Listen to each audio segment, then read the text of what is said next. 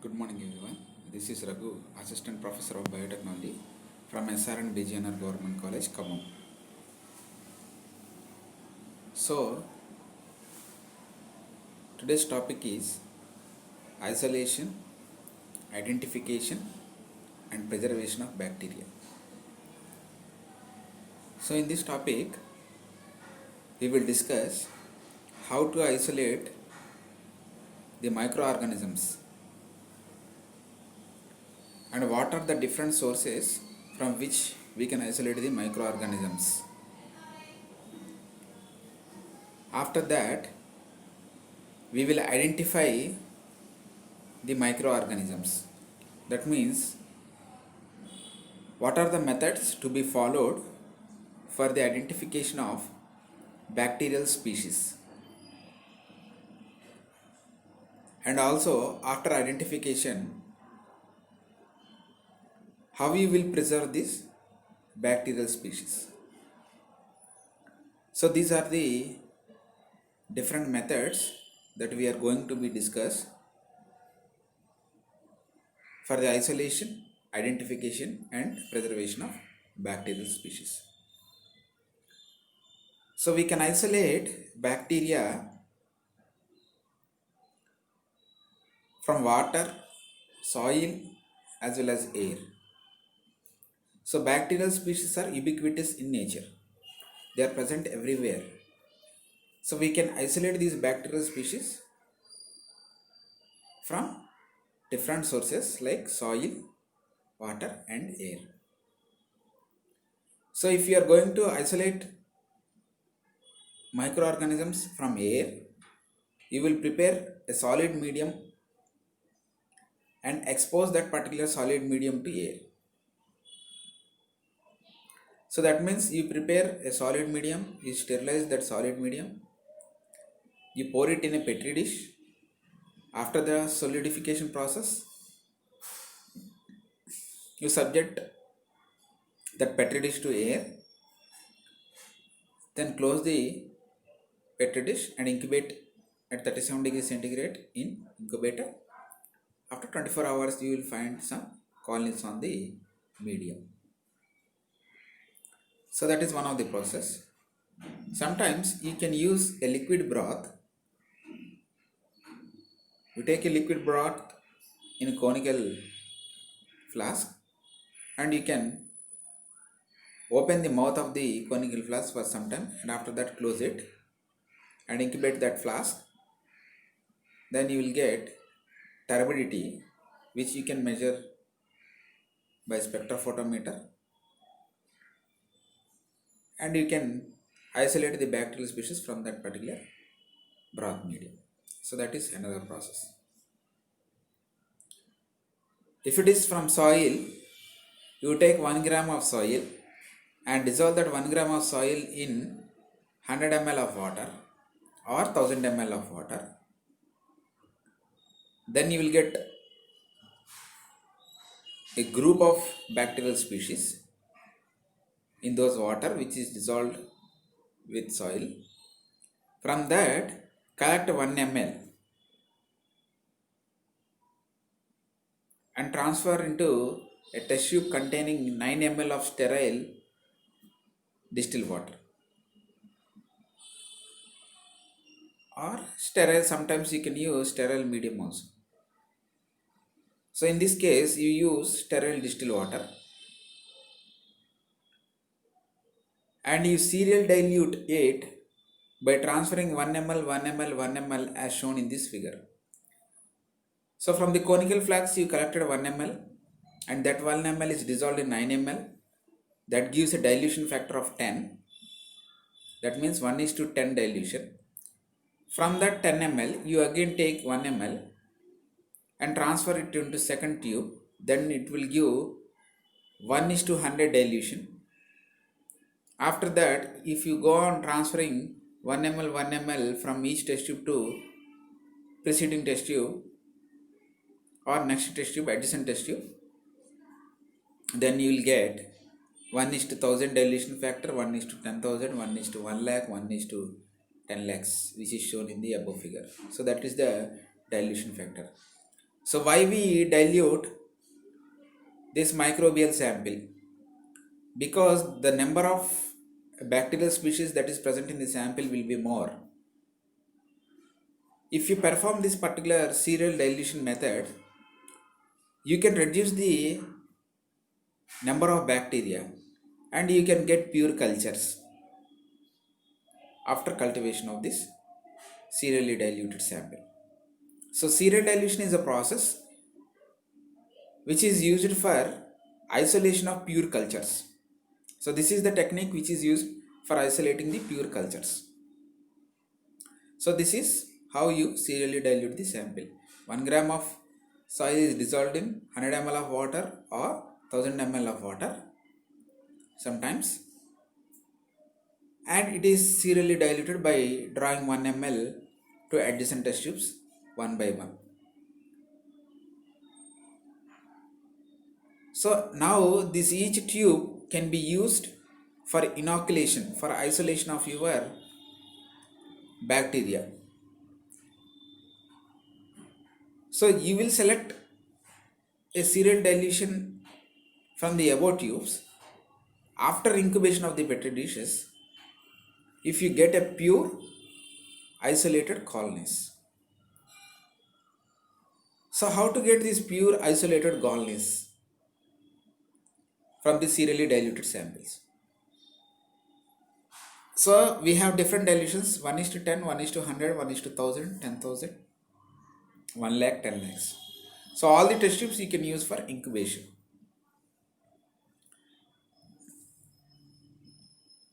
So that means you can collect a drop of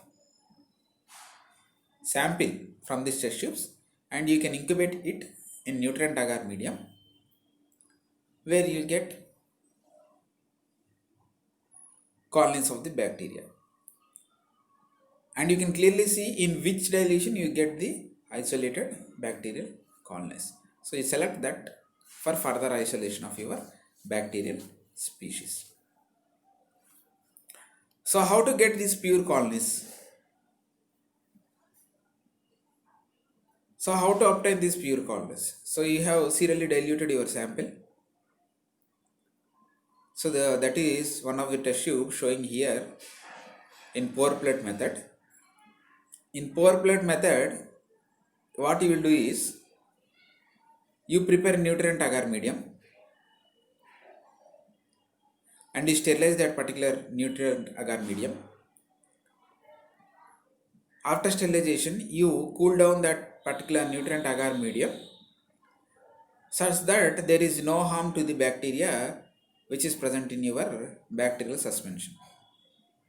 Now add 1 ml of bacterial sample into the petri dish which is shown in the figure, and now add your nutrient agar medium in the petri dish and mix it well.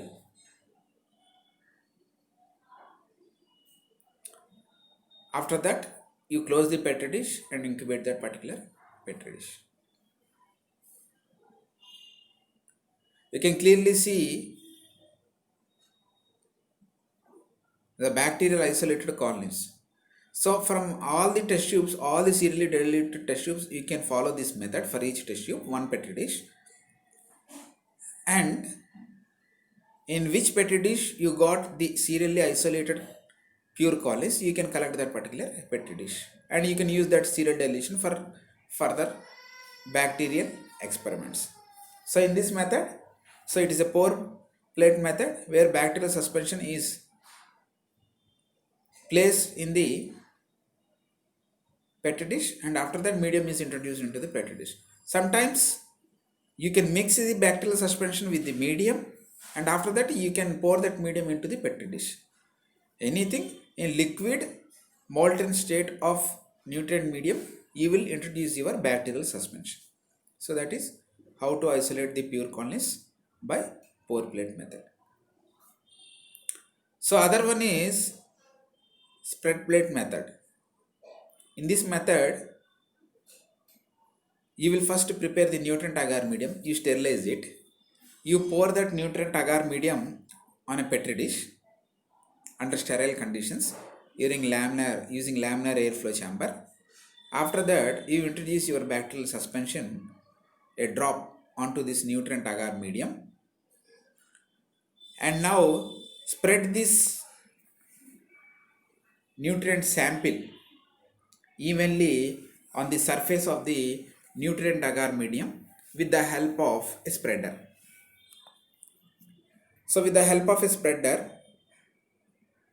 you will spread the inoculated bacterial suspension.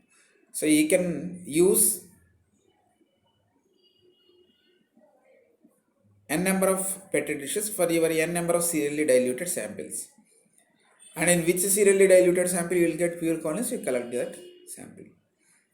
So you place the drop of suspension of your serially diluted sample. After that, you spread the serially diluted sample with the help of a spreader.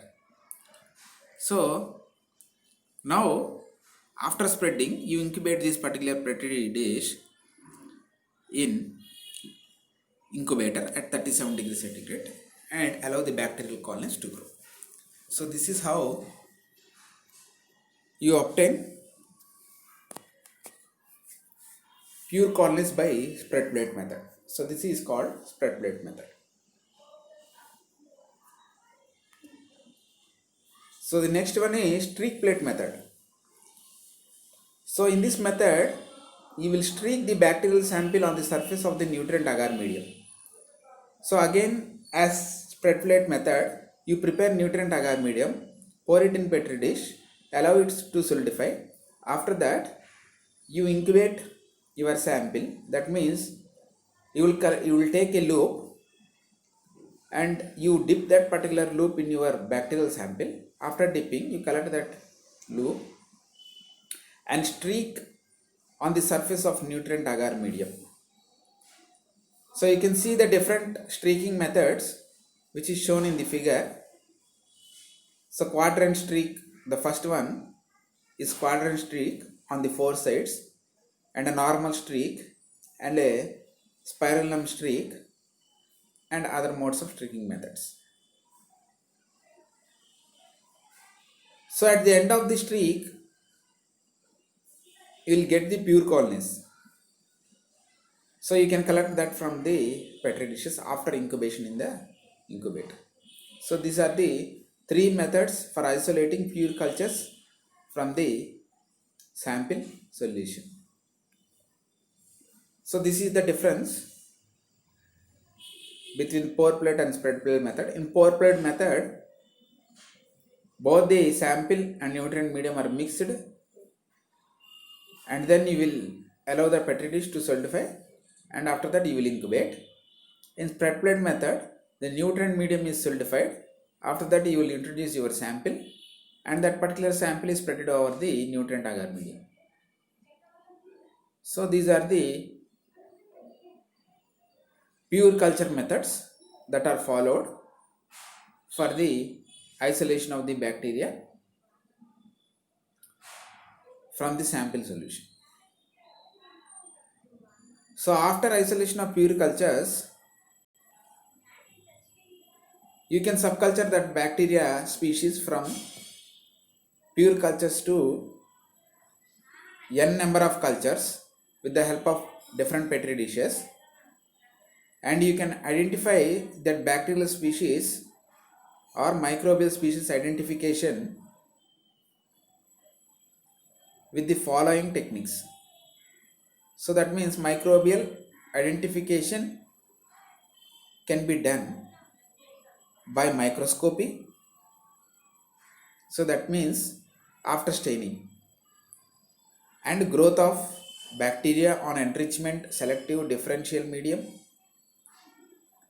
or by performing specific biochemical tests. So each bacterium will be giving a specific biochemical test.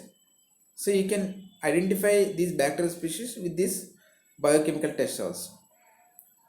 And immunological tests. So antigen specificity. So the bacterial species will be having different antigens on their surface. By immunological techniques also you can identify that particular bacterial species. And by molecular methods, by using PCR, DNA hybridization, etc. You can also identify these microorganisms, especially the species of the microorganisms. After the microbe is identified, you can use these samples for susceptibility tests. So you can use susceptibility tests for identification of these microorganisms. So these are the different types of methods that are followed for the identification of microbial species.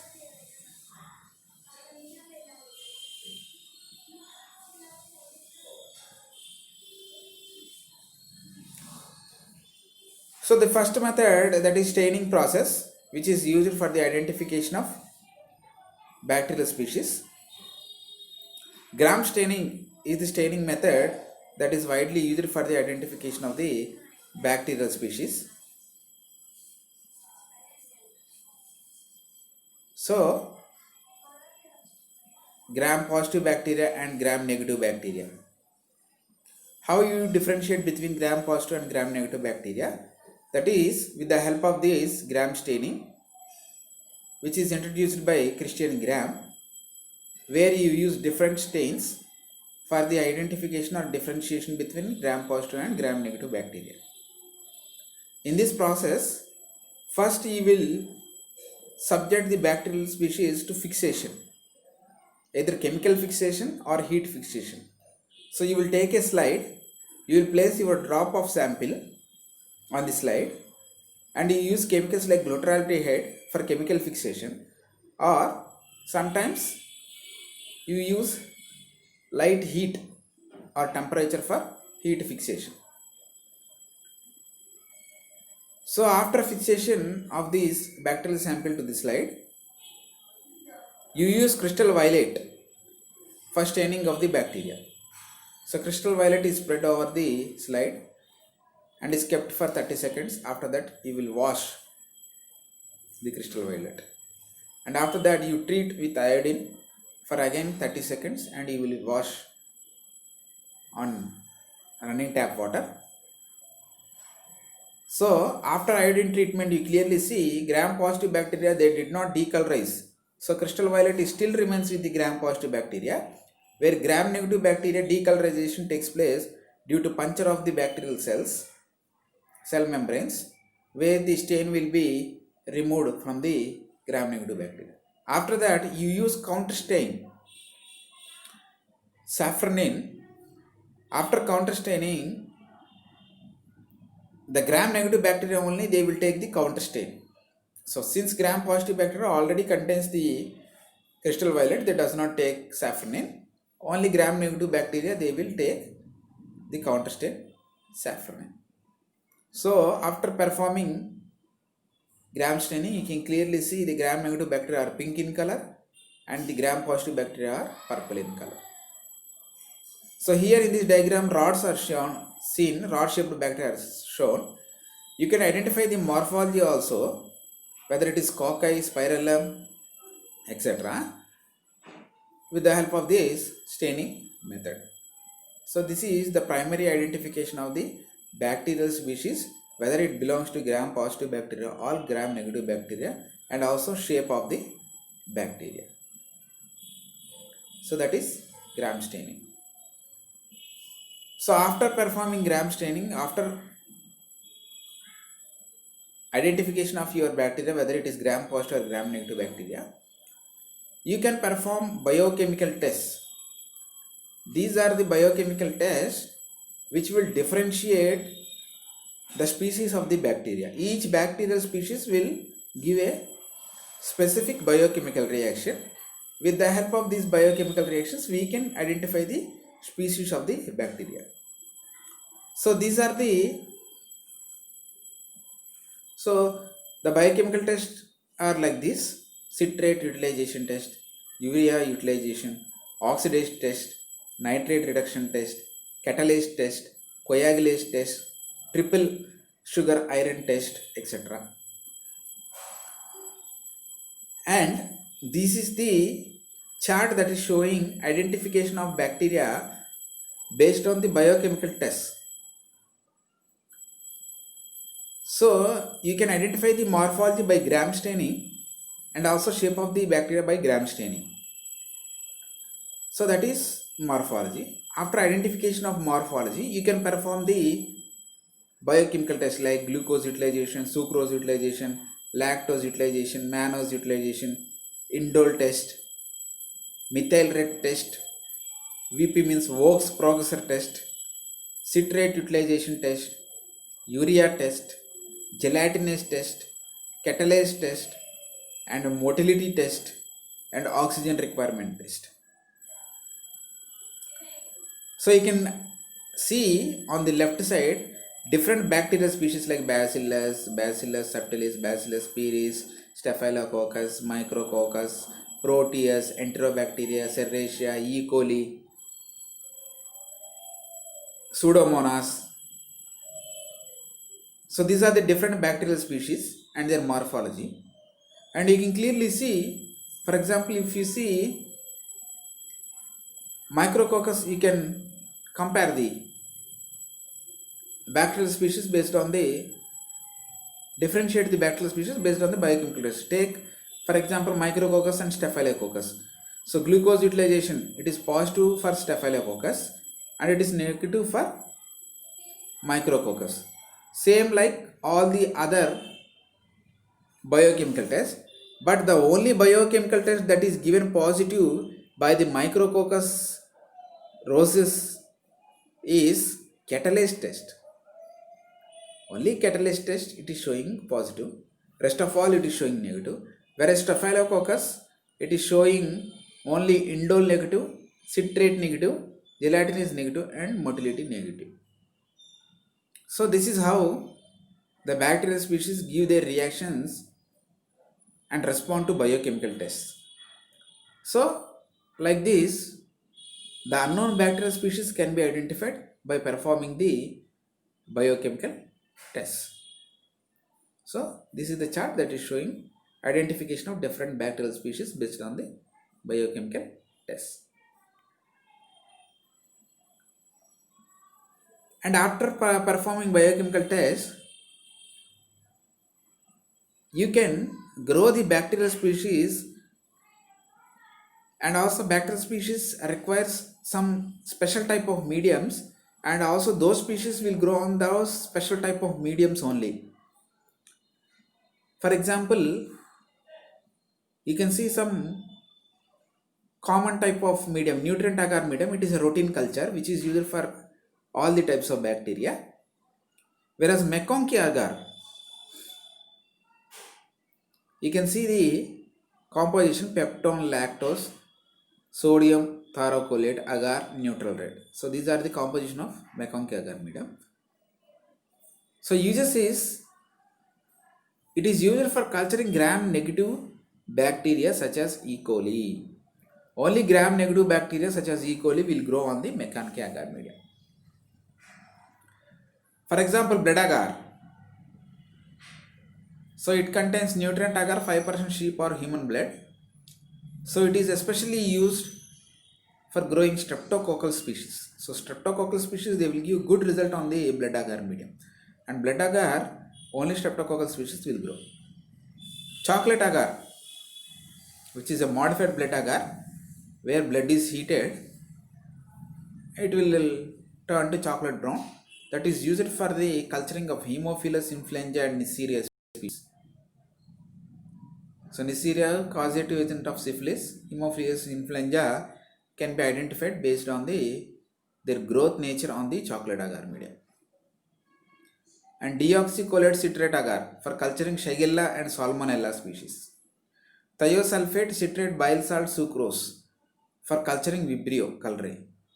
Loeffler's serum slope medium for Corynebacterium diphtheriae, and Lowenstein Jensen medium for Mycobacterium tuberculosis. So you can clearly see the composition of the medium and the type of speciality of each medium based on the ingredient. and for which they are used for the identification of special type of bacterial species like Streptococcus, Haemophilus, Vibrio, Corynebacterium, Mycobacterium, tuberculosis, etc. So by using the special type of mediums also, you can grow the special type of bacterial species. So you can see the McConkie agar medium here. So McConkie agar medium.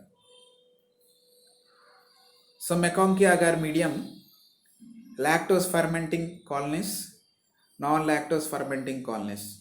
So you can see Escherichia coli and also Enterobacterial aerogens, Proteus, Salmonella, Staphylococcus aureus. So like this, you can grow the bacterial species, and also this is how they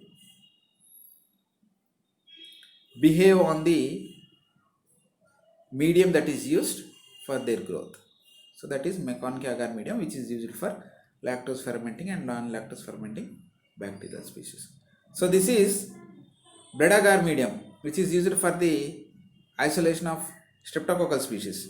So on blood agar medium, so different hemolysis you can clearly see. Beta hemolysis, streptococcus pyrogens, you can clearly see completely beta hemolysis took place. Alpha hemolysis by E. coli and gamma hemolysis by Staphylococcus. So each bacterial species will show a different growth conditions and also growth symptoms, that means indications, growth indications on the type of agar medium. So those are the selective or enrichment or different compositions of the medium which is used for the growth of the microorganisms and also which are used for the identification of the bacterial species. While coming to the molecular identification, so molecular identification is based on the PCR technique, quantitative PCR, and also DNA hybridization assays, and also 16S ribosomal RNA sequence analysis, and also FISH techniques. So by using PCR, you can construct primers which are specific for a specific bacterial species.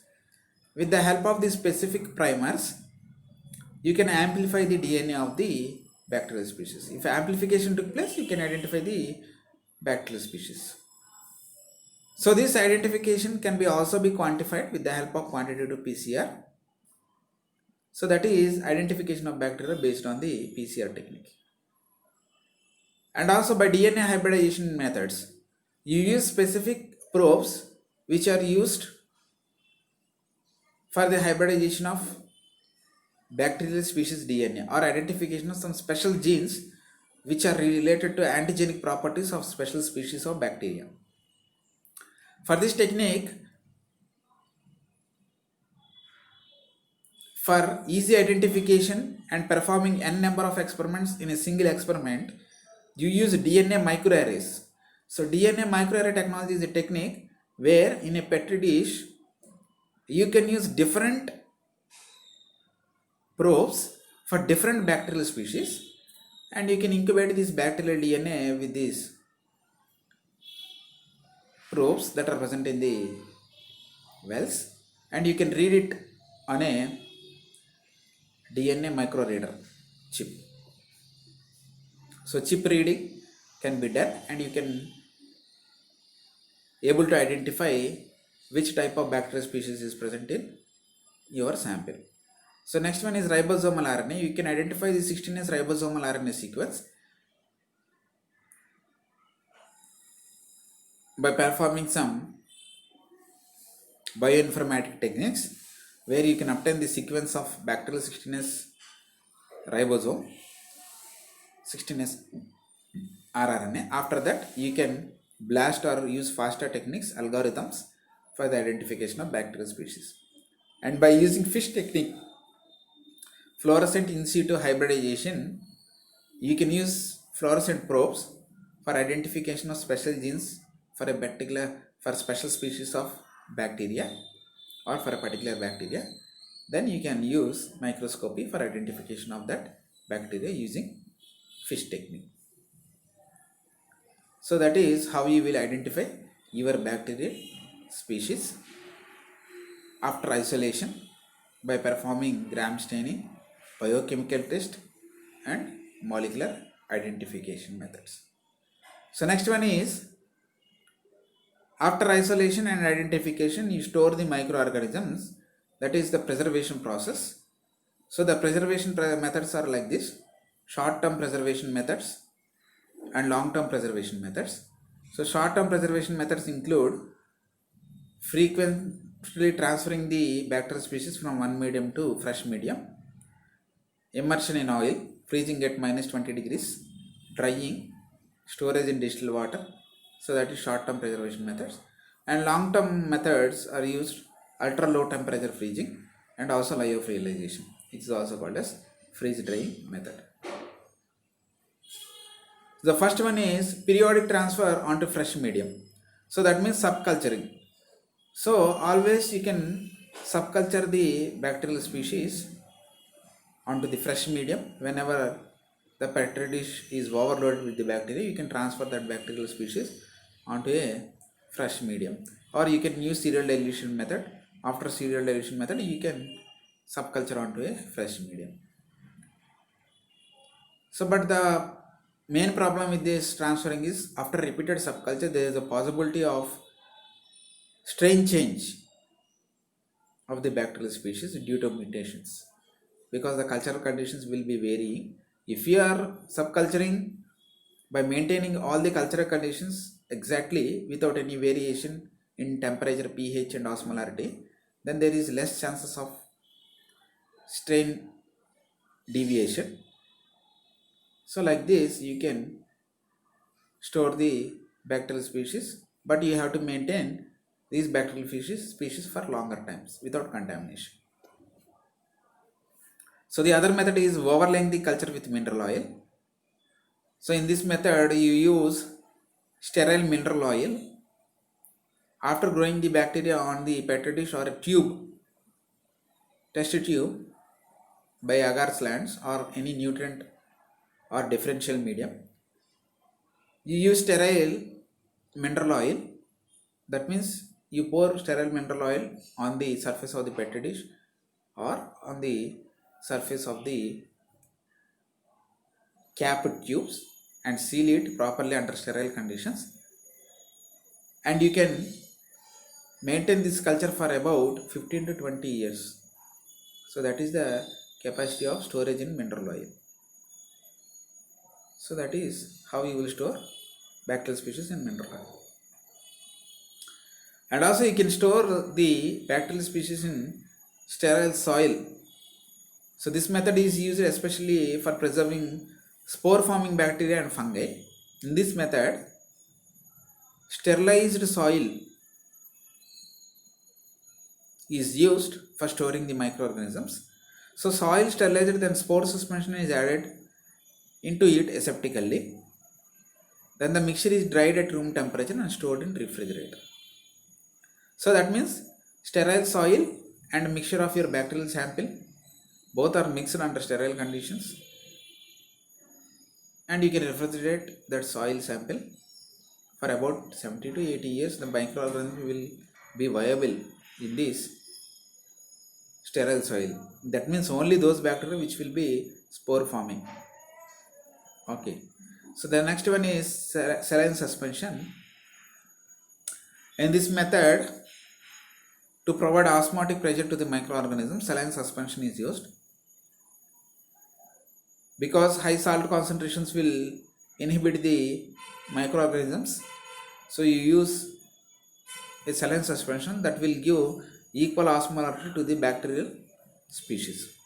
Organisms are kept in screw cap bottles in normal saline stored at room temperature.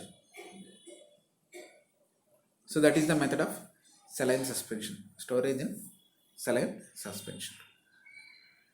So the other methods include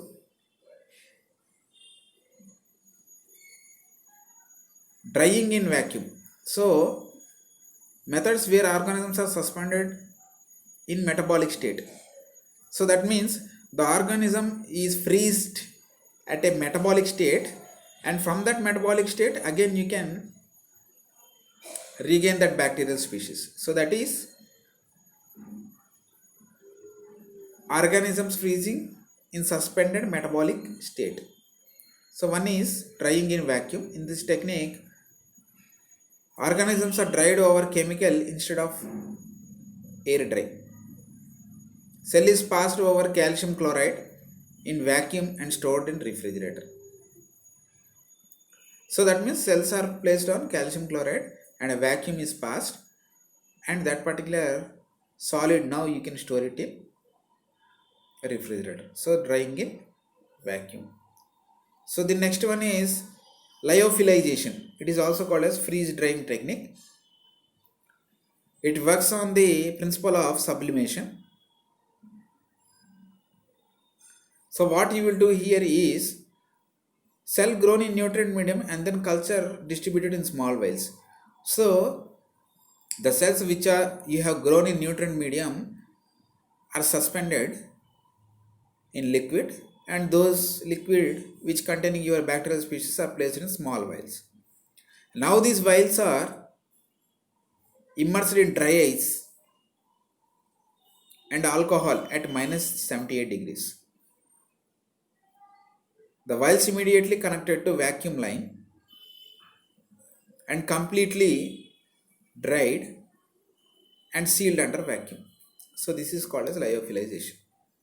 So the bacterial species which have to be stored are placed in vials and subjected to dry ice and alcohol at minus 78 degrees. After that, a vacuum is used to remove the water completely, and also it is vacuum sealed. So this is called as lyophilization or freeze drying technique. You can store the microorganisms up to 20 years by using this freeze drying method. So the next one is use of liquid nitrogen at minus 190 degrees centigrade. So liquid nitrogen will give a temperature minus 196 degrees centigrade. So in this method, the microorganisms to be stored are mixed with cryoprotective agents like glycerol or dimethyl sulfoxide. After that, you plunge or dip these microorganisms containing vial in liquid nitrogen, where the organisms are cryopreserved in the liquid nitrogen. So the other method is storage in silica gel. So sterile silica powder is used. You mix your bacterial species to be stored in sterile silica powder and freeze it at low temperatures. So this method you can maintain the cultures up to 2 years. So this is how you store or preserve the microorganisms using different methods. So if you are going to freeze the microorganism for longer periods, the best methods are use of mineral oil or lyophilization or use of liquid nitrogen. So that is how you will isolate the microorganisms, identify the bacterial species, and storage using different methods of storage.